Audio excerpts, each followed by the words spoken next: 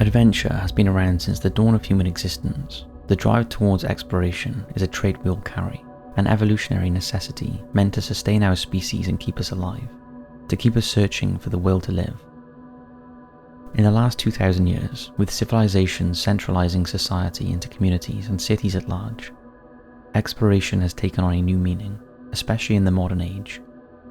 Many of us will go our entire lives without ever needing to traverse across continents, scavenging for food or shelter or a place to build our home. And yet, that inkling to go on an adventure, to explore the unknown and feel the adrenaline coursing through our bodies still exists. For a select group of adventure junkies and adrenaline fiends, they found the perfect outlet through an activity called urban exploration, a real-world experience growing more popular by the minute. Urban exploration, also called UE or urbex for short, is the act of finding man-made structures lost to abandonment and decay, or secret rooms of larger man-made buildings and exploring them, usually accompanied with photography or videography to document such events. Popular locales urbex enthusiasts like to explore are abandoned buildings and modern ruins of places such as hospitals, schools, malls, and factories, underground dwellings such as catacombs, sewers, and storm drains, and transit or utility tunnels. Obviously, with these types of feats, the threat of physical danger is high, and without permission, explorers run into the risk of legal trouble as well. Like any other exploration, history has its fair share of urbex horror stories, ranging from run-ins with the law, the paranormal, and even death itself. To give you a closer look at the art of roof and tunnel hacking, here are 5 examples of urban exploration gone wrong. Now, before we get started, we'd just like to say a massive thank you to this video's sponsor, Surfshark VPN. Chances are you're a fan of top 5s, and you've probably got a knack for late night investigations in all corners of the internet. Whether it's deep dives into the unknowns of the universe, or binging the newest mystery thriller series on your favourite streaming service, you probably spend a good amount of time online. But what if we told you there was a safe way to do so? In addition to an opportunity to access the web from any location in the world, no strings attached. With Surfshark VPN, these incredible possibilities are delivered directly to you in the simplest ways possible, letting you evolve into a top-tier internet sleuth. One of Surfshark's greatest keys is its ability to unlock access to servers from anywhere on Earth, whether it be the United States or even East Asia. Surf the web in any country in any time zone. This means your favourite television shows and digital programming that's only available in certain territories are now available on your own streaming service accounts like Netflix or Amazon Prime. Just switch servers on the VPN to a country of your choice, and entirely new libraries will be at your viewing disposal, on an unlimited number of devices too. There's also an additional level of security as well, so if protecting your data and information is a priority, Surfshark VPN uses industry-leading encryption to secure your data, keeps your browser history confidential, and automatically blocks over 1 million known virus hosting websites and other phishing threats. It may sound too convenient to be true, but we promise that's just the tip of the iceberg. For a limited time, use our code TOP5s upon checkout to unlock a brilliant 83% discount, along with 3 months free and a 30-day money-back guarantee, easily the best price on the VPN market. So what are you waiting for? Grab your magnifying glass, shut those Venetian blinds, and become a better sleuth with Surfshark VPN.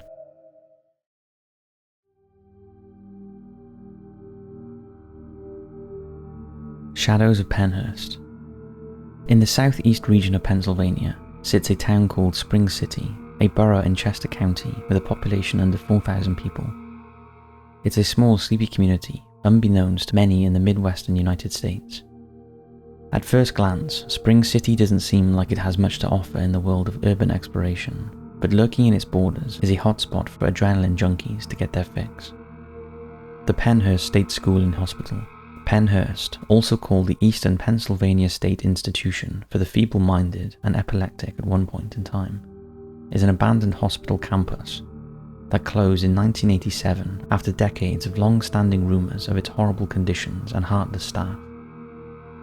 It opened in 1908, but after only a few years it became overrun with criminals and orphans. The Commonwealth of Pennsylvania wanted to rid their hands off.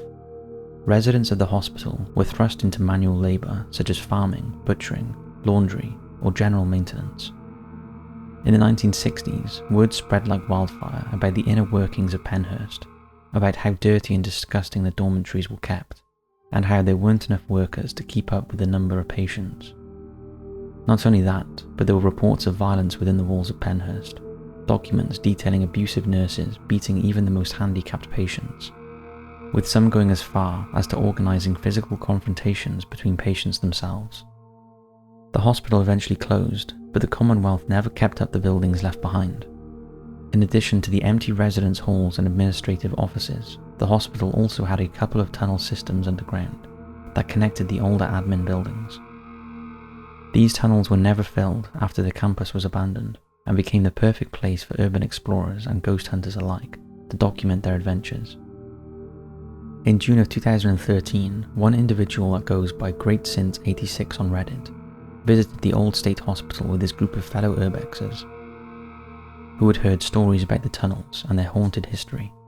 They first visited the old cafeteria building, one of the first to be built back in the early 20th century. Here they found the entrance to the tunnels through double doors, one being bolted shut and the other being wide open.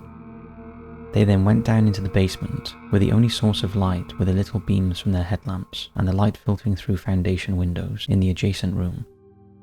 At one point, the three explorers stopped to chat amongst themselves. One of them noticed the light from the adjacent room darkening out of the corner of their eye, and the entire party went silent. They turned to the doorway to see a shadowy silhouette shaped somewhat like a person standing in the frame, blocking the light.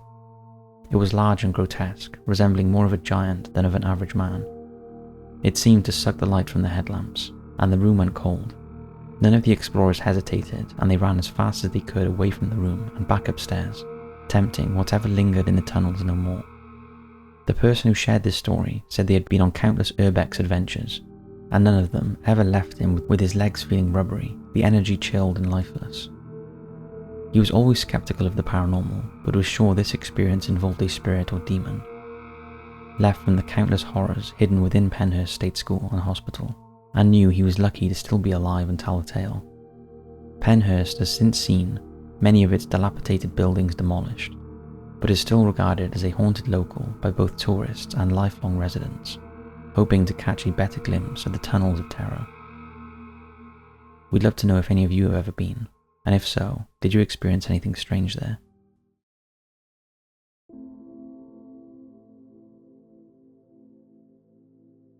Ragnit Castle Catastrophe. Not all urban exploration tragedies come at the hands of experienced adventurers. In fact, many things go wrong in the world of urbex when those unknowing of the dangers they're exposed to take matters into their own hands and bite off more than they can chew. As was the case with Maxim Ketchetov, an 8-year-old boy who fell to his death at the Ragnit Castle in Niemen, Kaliningrad region in June 2013.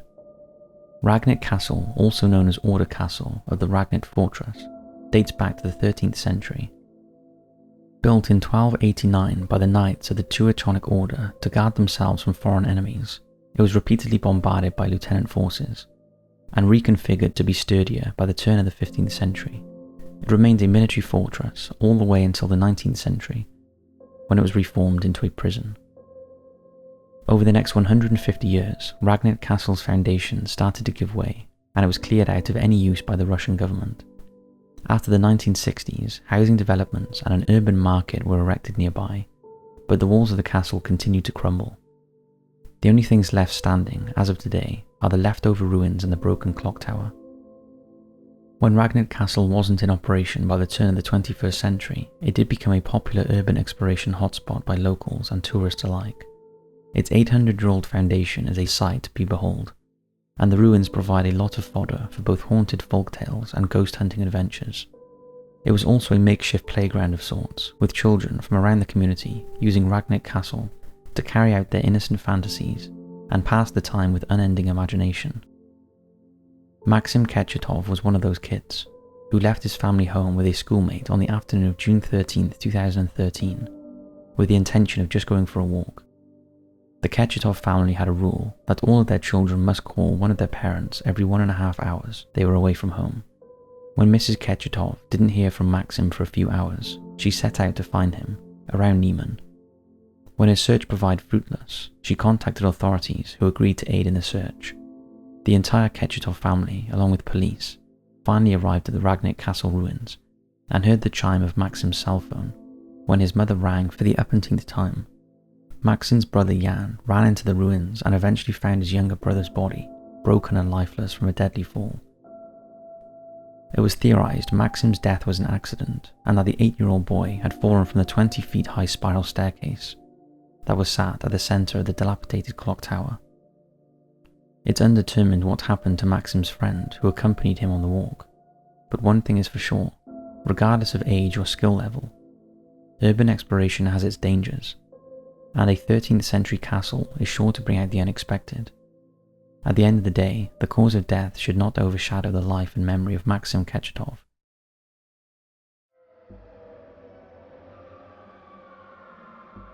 Manston's Mystery Man. Jackie Pallo, known also by his nickname Mr. TV, was a world-famous professional wrestler from London, England, and a bona fide star during wrestling's heyday in England during the 1960s and 1970s. He was an unbelievably colourful character, confident beyond imagination, and beloved by wrestling fans across the country. While his shtick may have offended some and annoyed others, it was undeniable.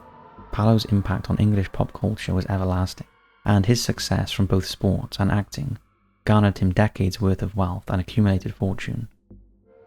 After his career wound down, Pallo spent his days at the family farm in Ramsgate, Kent, a little west of Canterbury. The ranch, called the Ozengall Ranch, was located on Hayne Road and consisted of multiple farming structures along with the main house. Pallo lived there until his battle with cancer came to a close in 2006, and his wife and son followed him in death within the next 12 years, in 2013 and 18 respectively. Sometime after Pallo's death, the Ozengall Grange was abandoned and left to rot by the remaining Pallo estate. It was never exactly clarified why the farmland was left for ruin, especially being so close to a couple of busier towns like Canterbury. Nevertheless, it became a legendary landmark due to its history with Jackie Pallo himself, and urban explorers alike started visiting the farm with hopes to capture a former icon's residence lost to time. Photographer and fellow Canterbury man Paul Jones took up the assignment in August of 2020, determined to capture Ozengall in a unique fashion that hadn't been seen before in the urbex scene.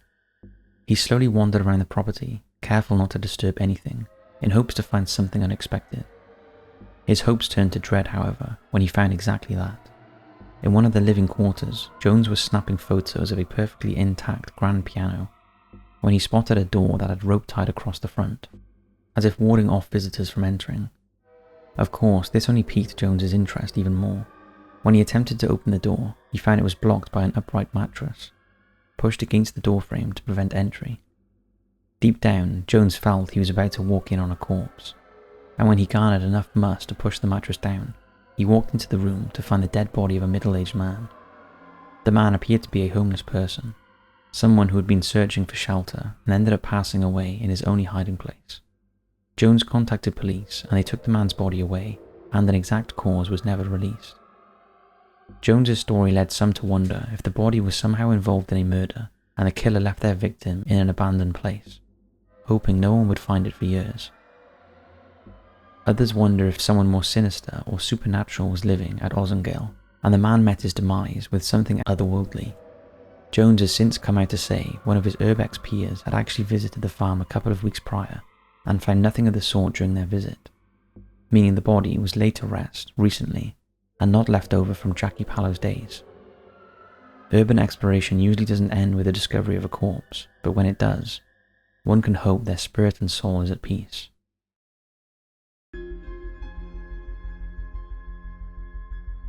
Always to Hell. A popular genre of videos on YouTube these days are actual urban exploration vlogs, inside looks at both professional and amateur urbex enthusiasts who take that extra step and edit their adventures into a condensed short documentary. More often than not, these exploration vlogs are innocent in nature and are simple means of recording an experience, rather than attempting to capture something sinister or suspicious. However, some lucky urbex vloggers do stumble upon something spectacular, but whether that be of a positive or negative light is completely dependent on the location of the exploration. In June of 2016, a famous urbex YouTuber by the name of Usop Ahmadi, found himself right in the middle of that type of phenomena, going out one night to film a bit of creepy exploration with a friend, only for them to find themselves caught up in a web of potential danger. In a nondescript area of an unidentified metropolis, Usop climbs through a broken window board of a large abandoned school building, supposedly left to rot and decay for years on end. It's unknown if the school building was owned and operated by a private company, or if it was left to the city's control, but it was left with minimal security and maximum dangerous conditions inside, as hinted at by Usop's gas mask. Throughout the first part, Usop finds plenty of urbex staples like crumbling infrastructure and endless graffiti. It didn't take long though for things to take a turn towards darkness. Usop and his friend started picking up various pieces of used gun ammunition, such as a shotgun shell and bullet casings. Some viewers have claimed a few of the casings are from training ammo used by police and armed forces, but why they'd be recovered in an old school building made no sense. At the end of the first video, Usop walks into what could have been a much worse situation. After turning the corner to find a long empty hallway, he captures what appears to be a tall figure walking across from one room to another. When he attempts to call out the figure, something frightening returns the call. Take a look.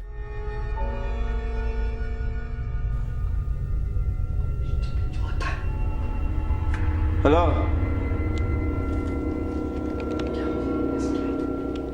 It's probably just an explorer, man. Hello? Are you an explorer? Just talk to him, he's not gonna fucking kill us. He obviously does not want us here. Hello? Didn't look at his face. Actually, don't go anymore.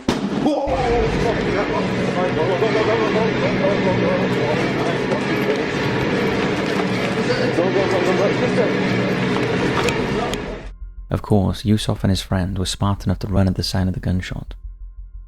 If you look closer at the frame, when the shot is heard, you can see a plume of smoke come from the wall, as if someone actually fired a gun in their direction. Both men weren't harmed, but instead of calling police, they ended up returning to the school not long after. During their second trip to the abandoned school, they couldn't find the figure they saw, but did find a couple more bullets and some empty food and beverage packages, signaling that someone could be living in the structure. At the end of this exploration run, Usop and his friend hear a phantom set of footsteps as if they're being chased. Take a listen.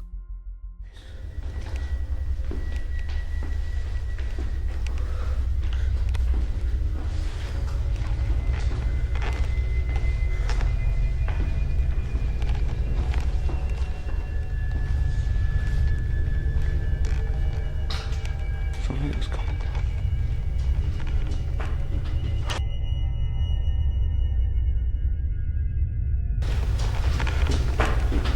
Come on. I'll help him get up. Come get help. Go.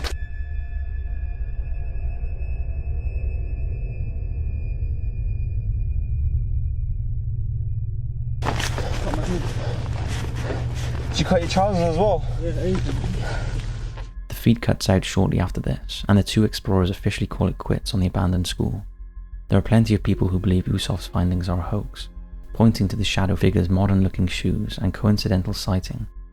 However, the figure isn't necessarily a ghost, and could just be someone looking for shelter. Why this person would fire a gun is another question. And Usop probably didn't alert the police due to the potential legal problems of trespassing on the property. So what do you think? Is this another classic case of an urbex mission faked to look more dangerous than it actually was? Or did we witness a person who didn't want to be found lurking in the shadows, using the ruins of yesterday as a hideout from detection?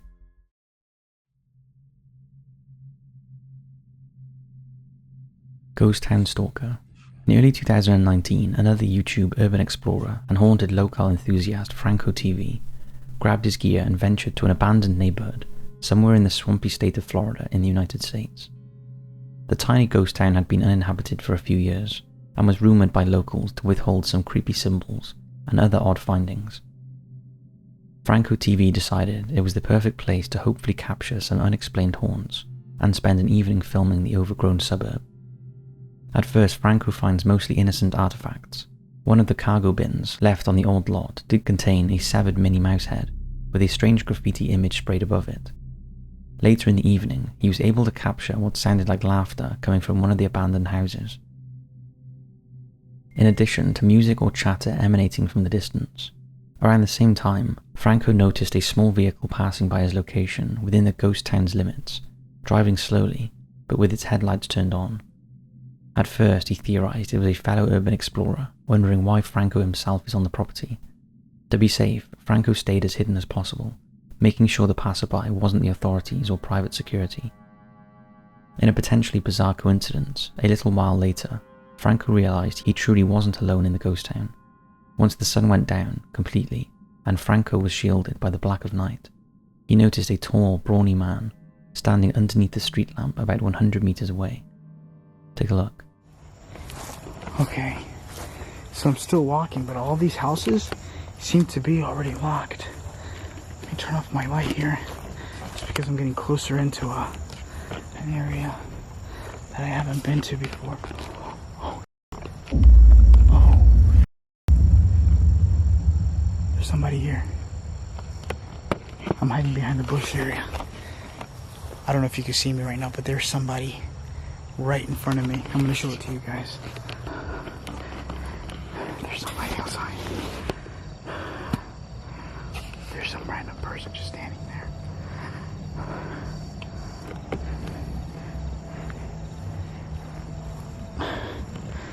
Fuck. I don't know what that's about, but there's some guy just standing out there, and they're walking towards the house.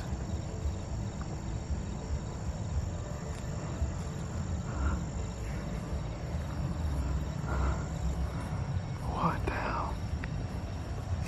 It's like an old, I can't tell, I can't even tell, but it looks like an old person, at least as far as how he's walking. What the?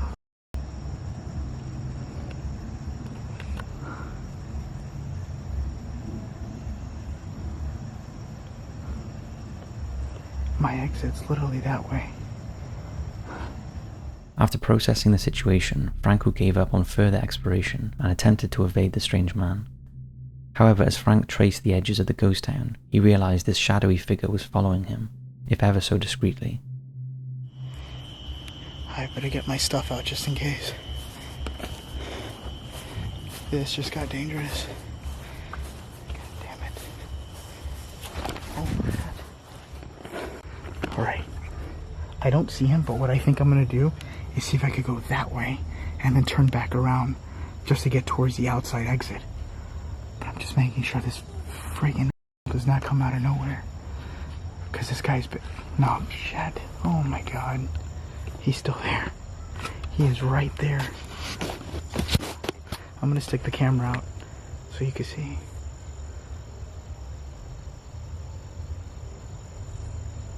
Is that a woman?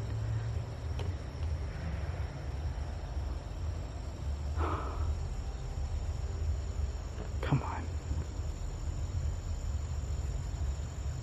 Oh my god.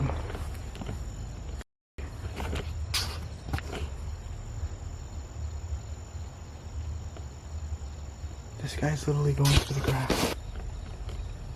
Oh my god. I gotta go. This is stupid. Yeah, no. Eventually, Franco raised the white flag and called a friend who lived nearby, asking them to drive to the abandoned neighborhood and escort him out. The friend arrived and Franco hopped in the car, telling them about the stalker and asking to get behind the wheel. At this point, Franco just wanted one more passing shot of the stalker from the protection of the car and got behind the wheel. After a few more moments of driving, he finally spotted the stalker and pulled up behind them. Sorry. I didn't mean to hit that bump too hard. Wait. Oh, no. I thought it was like in the woods or something. Oh my god, Frank.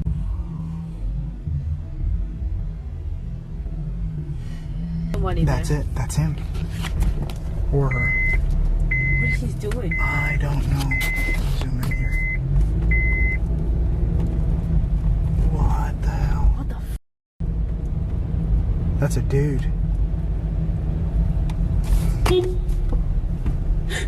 Frank. Oh my god, that was. Oh my god. I can't believe I was out there on foot. That was stupid. The stalker appeared to be wearing some sort of mask, Michael Myers-esque, and holding what Franco claimed to be a stick or piece of wood. His presence was certainly terrifying, and whether or not he was seriously intending to harm someone, his build and stature was not of someone you want to mess with.